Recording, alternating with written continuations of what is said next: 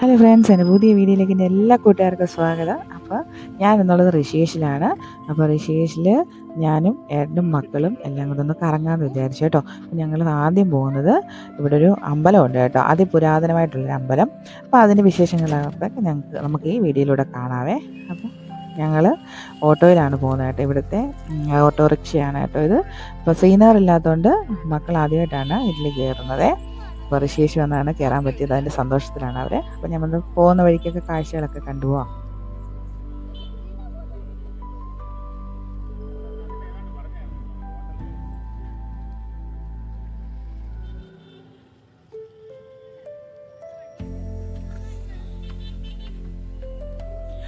ഇതൊക്കെ ഋഷികേശിലെ മാർക്കറ്റാണ് കേട്ടോ. ഇതെല്ലാം മാർക്കറ്റാണ്. രണ്ട് സൈഡിലുണ്ട്. ഞാൻ ഓരോ സൈഡിൽ വെച്ച് കാണിച്ച് പോകുന്നത്.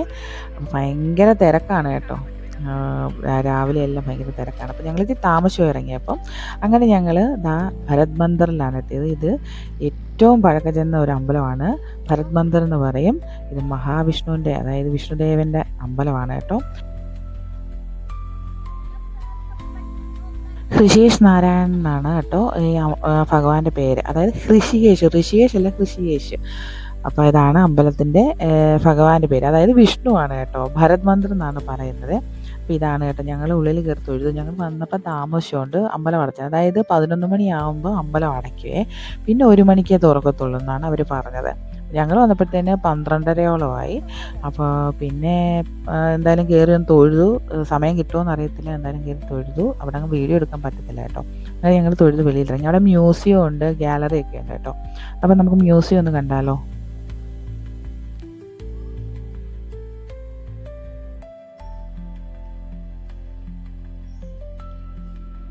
ഇതാണ് മ്യൂസിയം കേട്ടോ. ഇതൊക്കെ മഹാദേവൻ്റെയും അതുപോലെ ഒരുപാട് വർഷങ്ങൾ പഴക്കമുള്ള ശിലകളാണ് കേട്ടോ.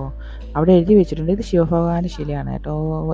AD ഇത്ര വർഷങ്ങൾ കൊണ്ട് ഉണ്ടാക്കിയിട്ടുള്ള ശിലകളും അവിടെ ഉപയോഗിച്ചിട്ടുള്ള സാധനങ്ങൾ, പാത്രങ്ങൾ, അപ്പോൾ ഒരുപാട് എഴുതിയിട്ടുണ്ട്. അപ്പോൾ ഞാൻ ശരിക്കും അത് സൂം ചെയ്ത് കാണിച്ചില്ല. വീഡിയോ എടുക്കാൻ പറ്റുമോ എന്ന് എനിക്ക് അറിഞ്ഞുകൂടായിരുന്നു. എന്നാലും ഞാൻ വീഡിയോ എടുത്തതാണ്.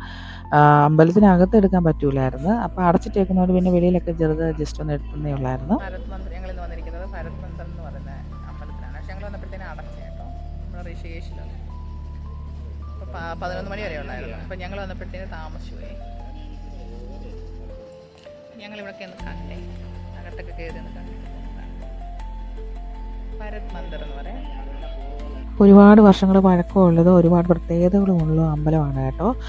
മഹാവിഷ്ണുവിൻ്റെ അമ്പലമാണ്. അപ്പോൾ നമുക്ക് പെട്ടെന്ന് ഭരത് മന്ദിർ എന്ന് പറയുമ്പോൾ നമുക്ക് മനസ്സിലാവില്ല. അപ്പോൾ ആ കാണുന്ന അമ്പലത്തിന്, അതായത് മഹാവിഷ്ണു ഇരിക്കുന്നതിന് മുകളിലായിട്ട് തന്നെ ശ്രീചക്രമുണ്ട് കേട്ടോ. അപ്പോൾ ഉള്ളിൽ കയറിലേ നമുക്ക് എങ്കിലും മാത്രമേ കാണാൻ പറ്റത്തുള്ളൂ. അതൊന്നും നമുക്ക് വീഡിയോ കാര്യങ്ങളൊന്നും എടുക്കാൻ പറ്റത്തില്ല. അപ്പോൾ ഞങ്ങൾ തൊഴുതില്ല.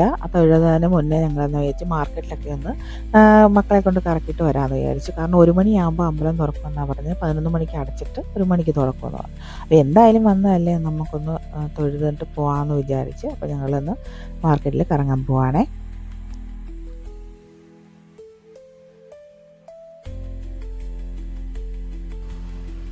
ഞങ്ങൾ നിൽക്കുന്ന ശ്രീനഗറിന് പക്ഷേ ഏറ്റവും വലിയ മാർക്കറ്റൊക്കെയാണ് കേട്ടോ ഇവിടെ ഉള്ളത്. ഭയങ്കര കടകളാണ് എല്ലാം. ഒരുപാട് ഐറ്റംസ് ഉണ്ട്. കൂടുതലും പൂജാ സാധനങ്ങളും അങ്ങനെയൊക്കെ ഉള്ള ആണ്. എന്നാലും തുണിത്തരങ്ങൾ, എല്ലാം വീട്ടിൽ വേണ്ടുന്ന സാധനങ്ങൾ എല്ലാം ഉണ്ട് കേട്ടോ.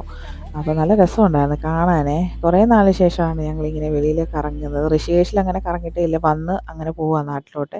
ഈ പ്രാവശ്യമാണ് ഒരു ദിവസം മുന്നേ വന്ന് എല്ലായിടും ഒന്ന് കാണാൻ ഇറങ്ങാമെന്ന് വിചാരിച്ച് അങ്ങനെ ഇറങ്ങിയാണ് കേട്ടോ. പക്ഷെ കാണാൻ നല്ല ഭംഗിയുണ്ട് കേട്ടോ. ഭയങ്കര വലിയ മാർക്കറ്റാണ്. 2-3 സൈഡിലായിട്ടുണ്ട് കേട്ടോ. തുണിത്തരങ്ങളും ഒരുപാടുണ്ട്. അതുകൊണ്ട് നമ്മുടെ റാബിറ്റിൻ്റെ ചെവി പോലത്തെ സംഭവം. അപ്പോൾ ഇതെല്ലാം പൂജാ സാധനങ്ങളും കഴിക്കേണ്ടതും എല്ലാം ഉണ്ട് കേട്ടോ. അച്ചാറ് കട, എല്ലാ ഐറ്റംസും ഉണ്ട് കേട്ടോ. ഇതെല്ലാം അമ്പലത്തിൻ്റെ തൊട്ടടുത്ത് തന്നെ കേട്ടോ. അധികം ദൂരമൊന്നുമില്ല. അപ്പോൾ ഇവിടെ എല്ലാം ഹോൾസെയിൽ കടകളും തുണിത്തരങ്ങളൊക്കെ ഒരുപാടുണ്ട് കേട്ടോ. ഹോൾസെയിൽ കടയാണ് കൂടുതലും അവിടെ ഉള്ളത്. അപ്പോൾ ഇവിടെ ഉച്ചയായതുകൊണ്ടായിരിക്കും ആൾ ശകലം കുറഞ്ഞായിരുന്നു. പക്ഷേ റോഡിലൊക്കെ ഭയങ്കര തിരക്കായിരുന്നു കേട്ടോ. അപ്പം ഞങ്ങളിങ്ങനെ കണ്ടുകൊണ്ട് ഇങ്ങനെ പൊയ്ക്കൊണ്ടിരിക്കുകയാണ്. അപ്പോൾ എങ്ങനെയെങ്കിലും ഒന്ന് 1 മണി കഴിയട്ടെ, അന്നേരം വന്ന് തൊഴുതിട്ട് അങ്ങ് പോകാമെന്ന് വിചാരിച്ചാണ്. മക്കൾ കുഴഞ്ഞ് കേട്ടോ. അപ്പൂസൊക്കെ കുഴഞ്ഞ് നടന്നായിരുന്നു. നല്ല ഭംഗിയുള്ള ഡ്രസ്സസൊക്കെ ഉണ്ട്. അപ്പോൾ തണുപ്പ്, ഇതൊക്കെ കല്യാണത്തിനൊക്കെ ഇടുന്നതാണ് കൂടുതലും. തണുപ്പിന് ഇടുന്നതാണ് ഈ സമയത്ത് കിട്ടുന്നത്. തണുപ്പ് മാറി കഴിയുമ്പോൾ ചൂടിനുള്ളതുകൊണ്ട് ഇല്ലെന്നല്ല, കൂടുതലും തണുപ്പിനുള്ളതാണ് ഇവിടെ കിട്ടുന്നത്. അങ്ങനെ ഞങ്ങൾ അവിടെ മാർക്കറ്റിലൊക്കെ ഒന്ന് കറങ്ങിയിട്ട് ഞങ്ങൾ വീണ്ടും തിരിച്ച് അമ്പലത്തിൻ്റെ ഫ്രണ്ടിൽ തന്നെ വന്നു കേട്ടോ. അപ്പോൾ ഞങ്ങൾ അമ്പലത്തിൽ കയറി തൊഴുതിട്ട് തിരിച്ച് വീണ്ടും ഞങ്ങൾ താമസിക്കുന്നിടത്തോട്ട് പോയി കുറച്ച് ഫോട്ടോസൊക്കെ എടുത്ത്. അപ്പോൾ എല്ലാവർക്കും ഈ വീഡിയോ ഇഷ്ടപ്പെടുന്നു വിചാരിക്കുന്നു. അടുത്ത വീഡിയോയിൽ കാണാം. അപ്പോൾ എല്ലാവർക്കും നല്ലൊരു ദിവസം ആശംസിച്ചുകൊണ്ട് ടാറ്റാ ബൈ, ടേക്ക് കെയർ.